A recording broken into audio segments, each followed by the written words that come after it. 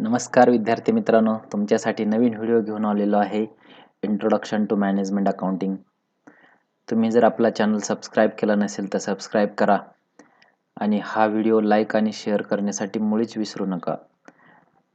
तर मी आहे प्राध्यापक Nilesh Gawade, assistant professor department of commerce, Sant Dnyaneshwar महाविद्यालय सोयगाव. आणि आजचा आपला टॉपिक आहे इंट्रोडक्शन टू मॅनेजमेंट अकाउंटिंग. आता इंट्रोडक्शनमध्ये business is an economic activity undertaken for the purpose of earning profit. की कुठलाही बिझनेस हा कशासाठी स्थापन झालेला असतो, तर प्रॉफिट कमवण्यासाठी स्थापन झालेला असतो. Business is concern with production and distribution of good and services with the motive of earning money and to maximise wealth for the owners. की मालकाची पण प्रॉपर्टी वाढ झाली पाहिजे, बरोबर आहे का.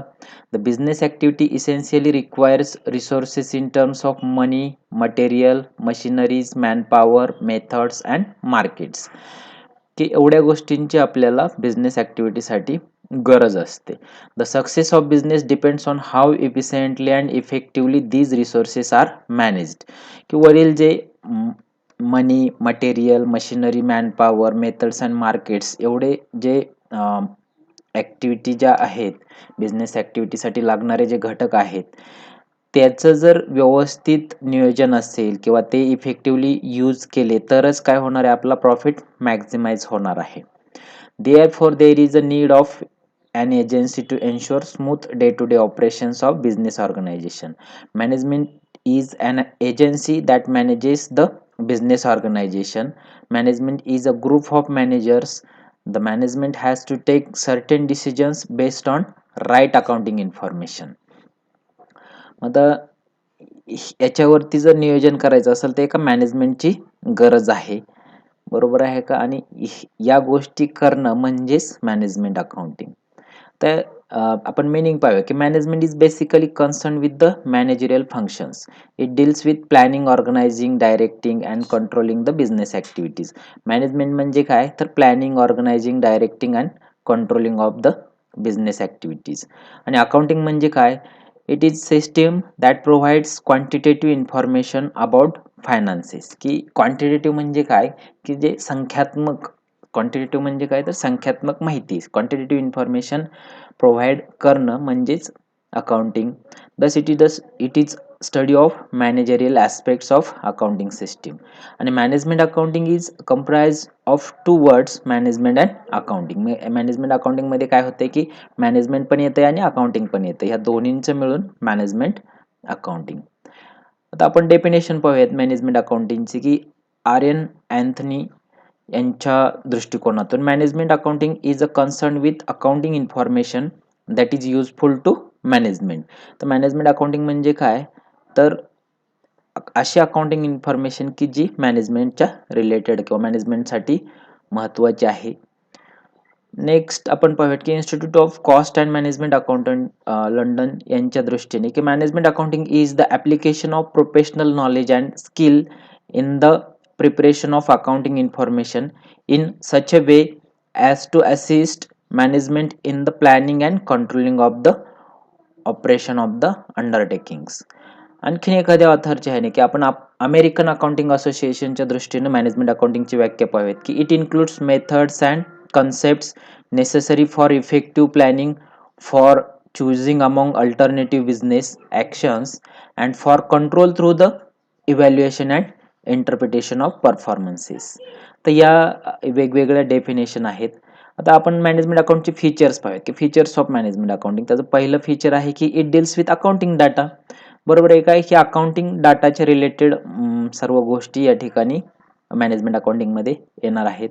नेक्स्ट फीचर आहे की it provides accounting information that is useful to management.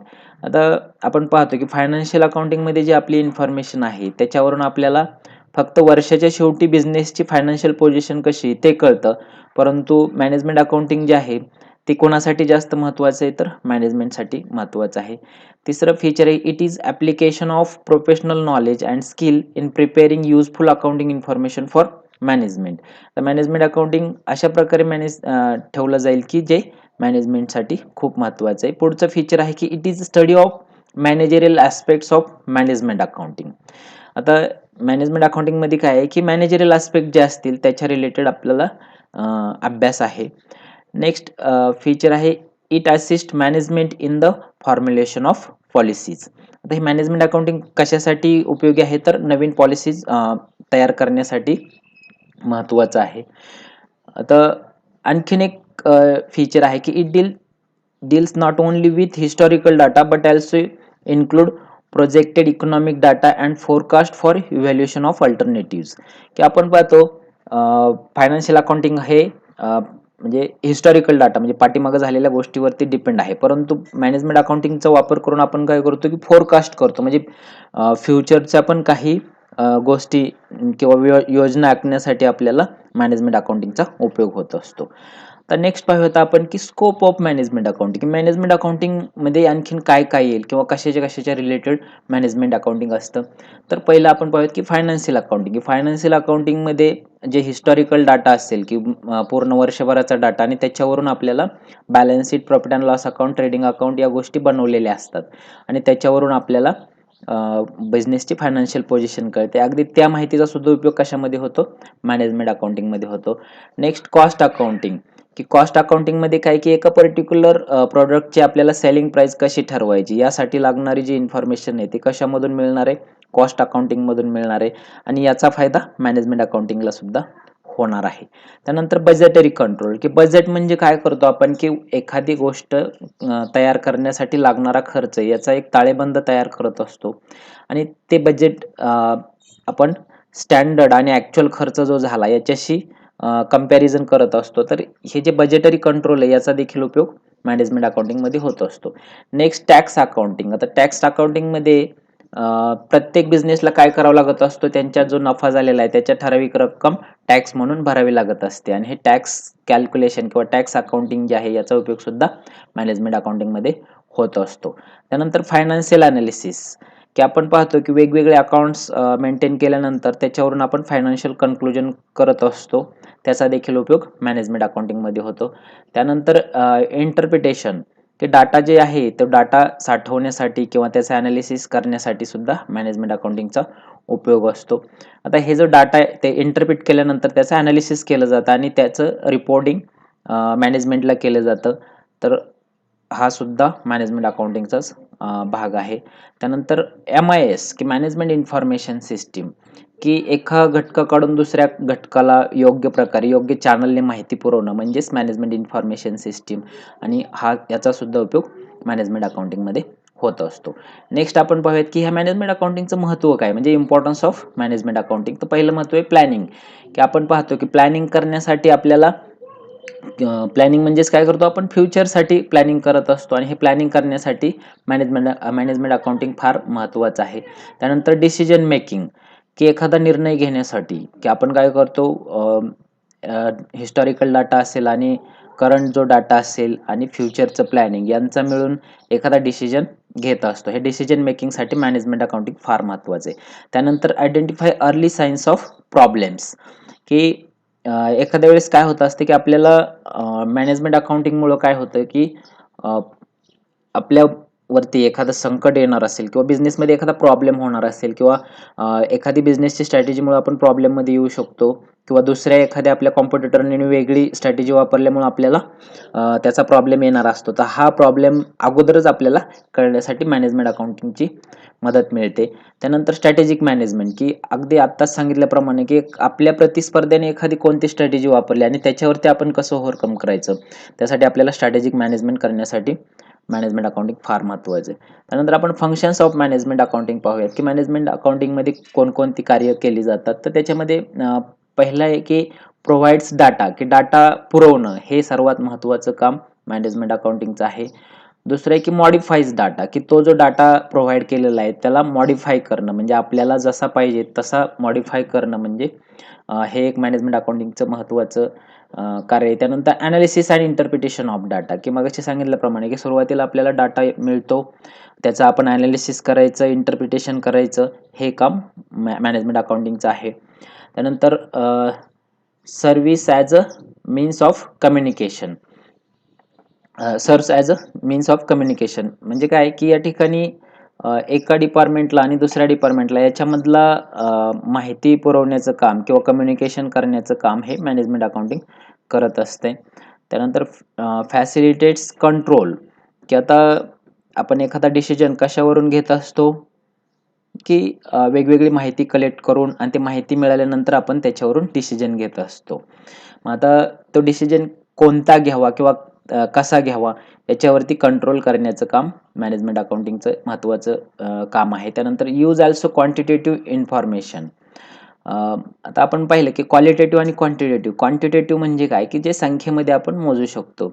मग अशी आकडेवारी जी असेल ती काय झाली, क्वांटिटेटिव्ह इन्फॉर्मेशन झाली आणि त्याचा उपयोग आपण मॅनेजमेंट अकाउंटिंगमध्ये करत असतो आणि म्हणजे तो वापरणं हे महत्त्वाचं काम मॅनेजमेंट अकाउंटिंगचं आहे.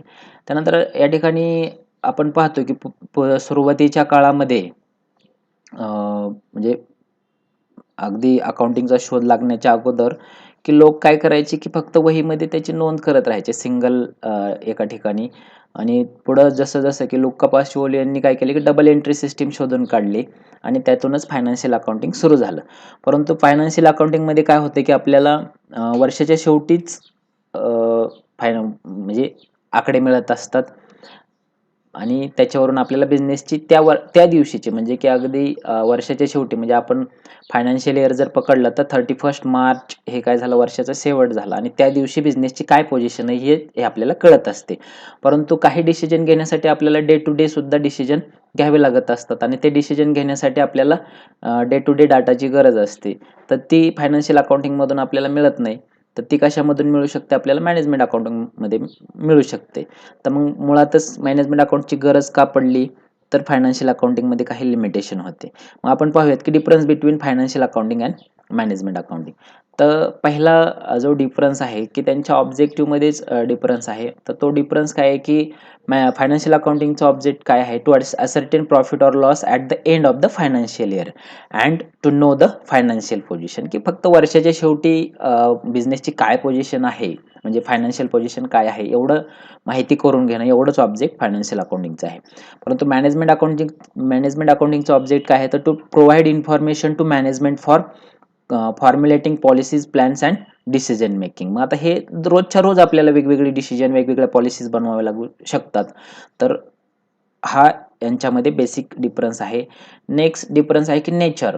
आता नेचरमध्ये फायनान्शियल अकाउंटिंगचं नेचर काय, it is concern with the economic data and records, transactions. आणि मॅनेजमेंट अकाउंटिंगचं नेचर काय आहे, it deals with projection of data for future, की फोरकास्टिंग करण्यासाठी लागणारा डाटा असेल. नेक्स्ट डिफरन्स आहे की सब्जेक्ट मॅटर. आता सब्जेक्ट मॅटरमध्ये काय होईल की फायनान्शियल अकाउंटिंगमध्ये all the event supported by source documents are the subject matter that is maintained to know the financial results at the end of the year. Thus only monetary transactions are recorded. म्हणजे financial अकाउंटिंगमध्ये काय आहे की फक्त monetary transactions record केल्या जातात. आता management अकाउंटिंगमध्ये the accounting information received from financial and cost accounting records is the subject matter to take decision by management. It concern both monetary and non monetary transactions. आता financial अकाउंटिंगमध्ये कुठल्या की फक्त monetary transaction record केले जातात, परंतु management अकाउंटिंगमध्ये दोन्ही ट्रान्झॅक्शन रेकॉर्ड केले जातात. नेक्स्ट डिफरन्स आहे की सोर्सेस ऑफ प्रिन्सिपल्स. आता सोर्सेस ऑफ प्रिन्सिपल्स म्हणजे की कुठल्या प्रिन्सिपलने अकाउंटिंग ठेवायचं, तर फायनान्शियल अकाउंटिंग हे जे आहे ते जनरली ॲक्सेप्टेड अकाउंटिंग प्रिन्सिपल्स म्हणजे गॅप याद्वारे ठेवले जाते. तसं मॅनेजमेंट अकाउंटिंगमध्ये principles can be tailored to the specific need of the management, की ज्या त्या मॅनेजमेंटच्या नीडनुसार ते प्रिन्सिपल तयार करू शकतात.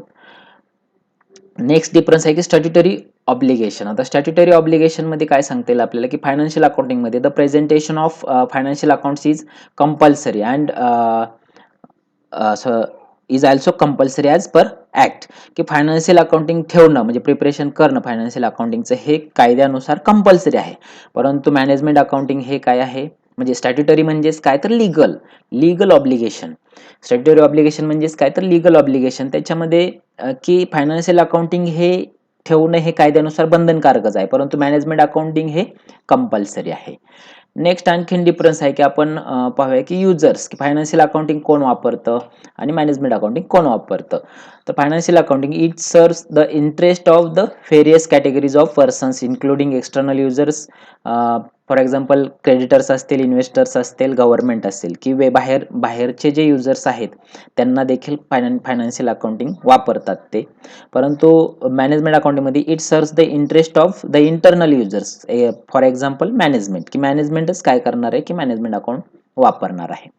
नेक्स्ट डिफरन्स आहे की रिपोर्टिंग. आता फायनान्शियल अकाउंटिंगचा जो म्हणजे financial reports are useful for both internals and external users, पण management accounting reports are exclusively prepared for internal users, for example मॅनेजमेंटसाठी.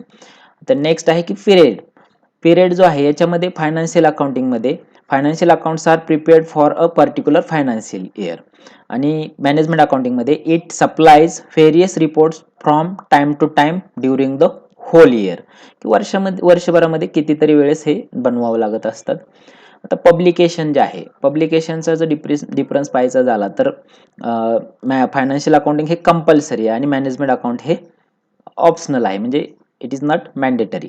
आता ऑडिटमध्ये काय आहे की फायनान्शियल अकाउंटिंगचं ऑडिट करून घेणं हे कंपल्सरी, म्हणजे it is compulsory according to the law, आणि मॅनेजमेंट अकाउंटिंगमध्ये ऑडिट करून घेणं इट इज नॉट कंपल्सरी. असं जसं फायनान्शियल अकाउंटिंग आणि मॅनेजमेंट अकाउंटिंगमध्ये जसं डिफरन्स आहे तसाच कॉस्ट अकाउंटिंग आणि मॅनेजमेंट अकाउंटिंगमध्ये पण डिफरन्स आहे. तर त्याच्यामध्ये काय डिफरन्स आहे की मगाशी पाहिलेलेच पॉईंट आहेत की ऑब्जेक्ट म्हणजे कोणत्या ऑब्जेक्टिव्हनुसार त्यांचं म्हणजे दोघांचं ऑब्जेक्टिव्ह काय काय असेल. तर कॉस्ट अकाउंटिंगचं ऑब्जेक्टिव्ह काय आहे की the primary object is to ascertain cost of product and to control the cost. तसं मॅनेजमेंट अकाउंटिंगचं काय ऑब्जेक्ट आहे तर to provide information to management for formulating policies, plans and decision making. Next object काय आहे किंवा नेक्स्ट डिफरन्स काय, nature. तर नेचरमध्ये कॉस्ट अकाउंटिंगचं नेचर पाहिलं तर the primary object is to supply the accounting information to the management, आणि management अकाउंटिंगमध्ये it is concern with the project of data, future course of action. Next आहे statutory obligation की legal obligation थोडक्यात. तर cost accounting जे आहे ते काय आहे कंपल्सरी ॲज पर ॲक्ट, आणि management accounting it is optional and audit is not compulsory. Next difference आहे की अकाउंटिंग सिस्टीममध्ये कॉस्ट अकाउंटिंगमध्ये double entry system is basis for cost accounting, आणि मॅनेजमेंट अकाउंटिंगमध्ये double entry is not adopt in management of accounting. Next difference आहे की accounting period. आता accounting पिरियडमध्ये नॉर्मली कॉस्ट अकाउंटिंगमध्ये normally in cost accounting statements of current years activities are to be prepared, आणि management अकाउंटिंगमध्ये in the management accounting future activities are considered primarily. Next पाहूयात आपण ह्याचे ॲडव्हान्टेजेस काय आहेत की मॅनेजमेंट अकाउंटिंगचे ॲडव्हान्टेजेस. त्याच्यामध्ये पहिला ॲडव्हान्टेज आहे की इन्क्रीजेस इफिशियन्सी, की बिझनेसची इफिशियन्सी वाढवणं हा सर्वात म्हणजे वाढते. मॅनेजमेंट अकाउंटिंग जर केलं आपण तर बिझनेसची इफिशियन्सी 100% वाढते. नेक्स्ट आहे सिस्टमॅटिक प्लॅनिंग, की आपल्याला एखादं फोरकास्टिंग करण्यासाठी किंवा प्लॅनिंग करण्यासाठी मॅनेजमेंट अकाउंटिंगचा फार फायदा होतो. नेक्स्ट आहे मेजरमेंट ऑफ परफॉर्मन्स, की आपल्या डे टू डे बिझनेसमध्ये बिझनेसचा जो परफॉर्मन्स असेल, बिझनेस ॲक्टिव्हिटीचा जो परफॉर्मन्स असेल तो कॅल्क्युलेट करण्यासाठी मॅनेजमेंट अकाउंटिंगचा आपल्याला फायदा होतो. नेक्स्ट फायदा आहे की मॅक्झिमायझिंग प्रॉफिटेबिलिटी. जर बिझनेसचा परफॉर्मन्स वाढला तर ऑटोमॅटिकली काय होणार आहे, बिझनेसचा प्रॉफिट वाढणार, म्हणजे मॅक्झिमायझेशन ऑफ प्रॉफिटेबिलिटी. नेक्स्ट आहे की कस्टमर सॅटिस्फॅक्शन. जर आपले मॅनेजमेंट अकाउंटिंग जर ठेवलं तर आपल्याला काय होणार आहे की आपल्या बिझनेसची इफिशियन्सी तर वाढणारच आहे, त्याच्याबरोबर प्लॅनिंग व्यवस्थित होणार आहे, त्यामुळे कस्टमरला सर्व्हिस सुद्धा व्यवस्थित भेटणार आहे आणि कस्टमर सॅटिस्फॅक्शनमध्ये वाढ होणार आहे. नेक्स्ट आहे की इफेक्टिव्ह कंट्रोल, की डे टू डे आपण मॅनेजमेंट अकाउंटिंग केल्यामुळं आपल्याला कुठल्या ठिकाणी लूप होल्स आहेत आणि कुठल्या ठिकाणी आपण स्ट्रॉंग आहे या सर्व गोष्टी माहीत होणार आहेत, आणि त्यामुळे आपलं इफेक्टिव्ह कंट्रोल बिझनेस ॲक्टिव्हिटीजवरती राहणार आहे. आता लिमिटेशन जर पाहायचे झाले तर लिमिटेशनमध्ये पहिलं लिमिटेशन आहे limitation of basic financial data, की मॅनेजमेंट अकाउंटिंगमध्ये की जास्त काही डाटा नसेल तो कुठला असतो, तर फक्त बेसिक डाटा असतो. नेक्स्ट लिमिटेशन आहे की lack of knowledge of other discipline, तर मॅनेजमेंट अकाउंटिंगमध्ये की फक्त मॅनेजमेंटला जी इन्फॉर्मेशन लागणार आहे तेवढीच अकाउंटिंग याच्यामध्ये केलेलं असतं आणि त्याच्यामुळं त्याचा फायदा सर्वांना होत नाही. दुसरं म्हणजे तिसरं लिमिटेशन आहे की सब्जेक्टिव्हिटी इन कन्क्लुजन ड्रॉन, की आता हे जे कन्क्लुजन आहेत की हिस्टॉरिकल डाटा ह्या बाकी सर्व गोष्टी घेऊन केलेलं कन्क्लुजन असते आणि त्यामुळं ते कसं आहे की सब्जेक्टिव्हिटी असते त्याच्यामध्ये. नेक्स्ट लिमिटेशन आहे की इंच्युजिव्ह डिसिजन्स, की त्याच्यामध्ये सांगता येईल की एक मॅनेजमेंट सेंट्रिक डिसिजन त्याच्यामध्ये येत असतात. नेक्स्ट लिमिटेशन आहे की unsuitable for small business units, की मॅनेजमेंट अकाउंटिंग जर ठेवायचं झालं तर त्या ठिकाणी एक वेगळीच ब्रँच अकाउंटिंगची आपल्याला कंपनीमध्ये किंवा आपल्या बिझनेसमध्ये तयार करावे लागत असते आणि त्याच्यासाठी लागणारा खर्च हा खूप मोठा आहे. त्यामुळं हे मॅनेजमेंट अकाउंटिंग जे आहे ते स्मॉल बिझनेससाठी सुटेबल नसतं. तर हे त्याचं सर्वात मोठं लिमिटेशन आहे. तर अशा प्रकारे आपण मॅनेजमेंट अकाउंटिंगबद्दल बऱ्यापैकी माहिती मिळालेली आहे. Thank you.